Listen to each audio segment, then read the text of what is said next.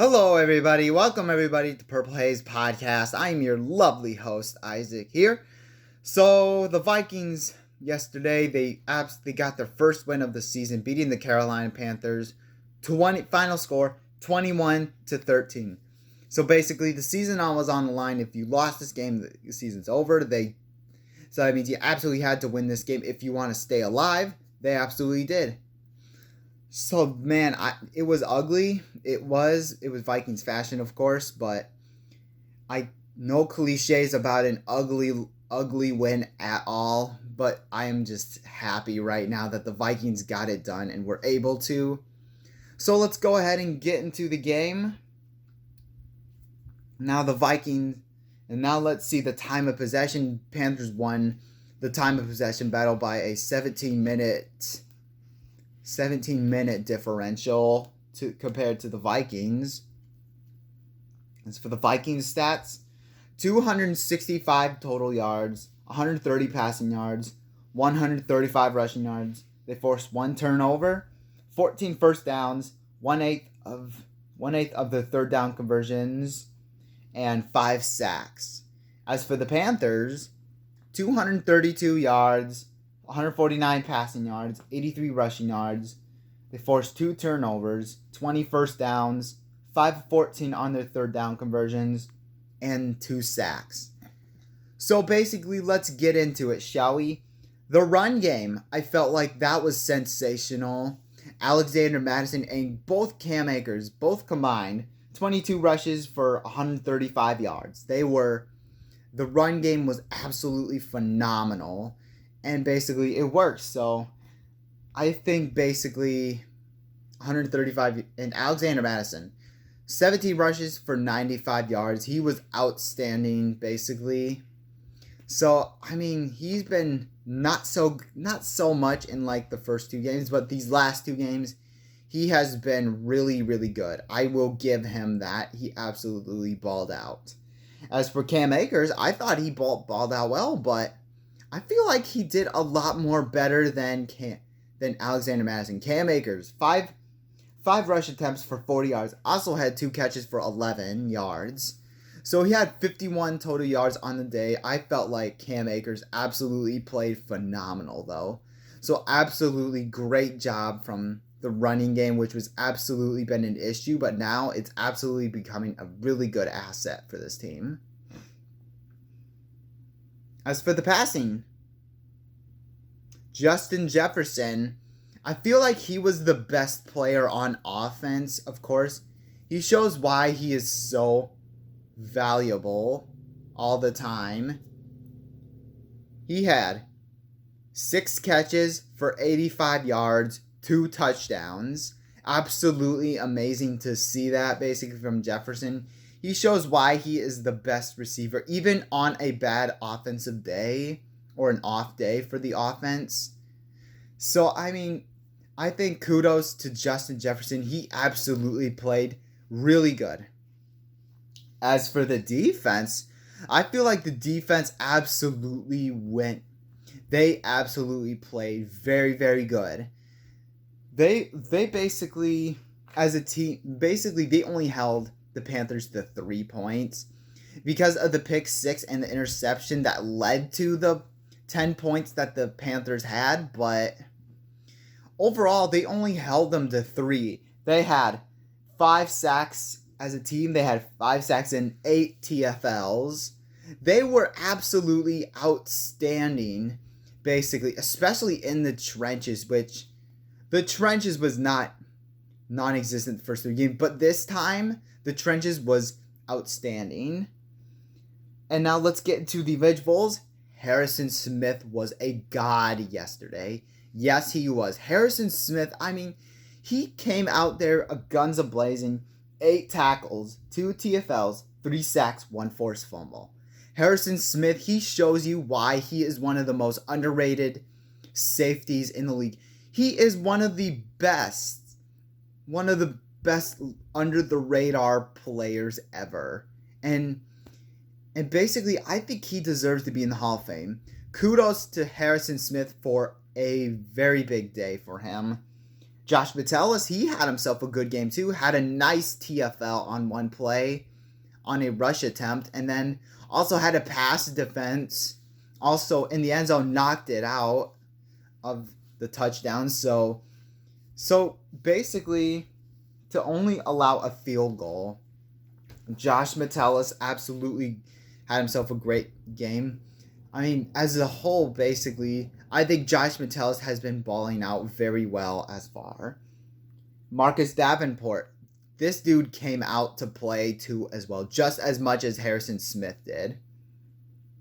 He had a TFL and a sack, and it looks like he had like an okay game, but I felt like I could have swore he had a lot more of an impact than this. He absolutely was getting after the quarterback several times, or got to him and beat the O-line. I mean, he got to the quarterback to end the drive on one play. Marcus Davenport was amazing, and I was really questioning this dude's signing. Was okay, if is he gonna be healthy, or is he gonna play good? You're basically risking for that, basically, to get them to play good. I thought Marcus Davenport, he played amazing. DJ Wonnum had himself a TFL, had himself a sack, a pass deflection, and he had himself a touchdown, which was forced by Harrison Smith, and then he grabbed the ball. He looked like a running back when he returned that ball all the way to the house. Very good stuff from DJ Wonnum. And that pass defense, I mean, he could have had another interception. He could have had himself an interception on the day too as well. Just dropped it. But overall, DJ Wonnum, I felt like he played phenomenal too. And Daniil Hunter, I mean, yes, he didn't have a sack, but he was still effective in the run. Whether it was tackling the running back or whether it was getting after the quarterback, he still was making plays. Still the same old Daniil Hunter, though. He absolutely still was playing great. As for Patrick Jones II, had himself some nice TFLs to kill some drives for the Panthers. Patrick Jones II was absolutely amazing. And Cameron Bynum, he was balling too as well. He shows, for the first 4 games, Cam Bynum has played great. I was like, okay, they kind of need to replace with Josh Metellus, but Cam Bynum has improved a lot, and I like that. I absolutely like Cam Bynum. He's absolutely playing very, very well. And also KOC, credit to where he is due. Got this team, I mean, the team was like off to a slow start, but he got the team back in the winning column and the spark that they needed. And that's probably what the Vikings did. Yes, he kind of had some coaching malfunctions, but I really don't care about that. He got this team back in the winning column and there you go. That is probably what they needed. So kudos to KOC.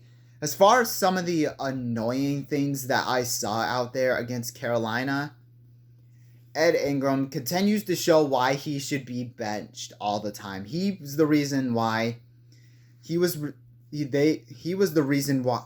responsible for one of the turnovers that led to a field goal right in the red zone. He got pushed back. Kirk Cousins, it looked like it was Kirk Cousins' balls. It was not. He basically got backed up, pushed back to his quarterback, in which he threw a duck of a pass for anybody to grab, and they grabbed it.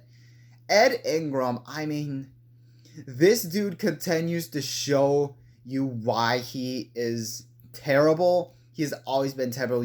It's Dalton Reisner takeover here. You can't continue this at all. I will do more on him, though. And then the first red zone trip that the Vikings had, the Vikings were moving the ball on their first offensive possession, but there were penalties. There were a couple penalties. Josh Oliver and one of the, I believe it was, I don't know who had a holding call, but it was on one of the offensive line that had a holding call. And then after that, pick 6, basically. I didn't really know. I mean, the first half was just kind of hit and miss, basically. Especially in the penalty department where they had 7 excuse me. They had 7 penalties called against the Vikings, and at that point, the Vikings, they just shot themselves in the foot on that red zone. And let's see, Kirk Cousins, who went 12 for 19, 139 yards, 2 touchdowns, 2 interceptions. I mean, I understand that it was not entirely, but I think they kind of won in spite of Kirk Cousins. Kirk Cousins, again, with basically another liability out there. That pick 6 was on him. He clearly threw it to KJ Osborne, which was not where you should have thrown it to, and which ended up in a pick 6. So you end up throwing a possession away and giving the Panthers a touchdown. That interception was on Cousins. And also another key moment on 3rd and 2 on the Vikings' last possession. You throw a deep pass to Justin Jefferson, which basically threw out of bounds. Like, all you could have done was throw a screen pass to the running back, to the tight end, to maybe a curl route to the wide receiver, or a slant. Something short. You only needed 2 yards to ice the game, and you almost threw it away. I mean, luckily the defense came through, but we've seen this before where it costed you 2 games if you did that, but that's very inexcusable to be doing that. I'm just so tired of seeing Cousins out there. It's just expected at this point. Because, again, you're going against Kansas City. You cannot afford to be doing that, to try to put the game away and you catch a tight butt at the end. So you cannot afford that at all. As far as like the MVP, I'm going to go with Harrison Smith as my MVP because he absolutely played phenomenal. He shows why he is one of the best. He should absolutely be a Hall of Famer, basically. So Harrison Smith with that big game. Other than that, I am very happy we got this win, no matter how ugly it was. It certainly was, especially in the first half. And the Vikings, they got it done. So thank you guys so much for watching. Make sure you guys hit that like button. Hit that subscribe button if you haven't already. Skol.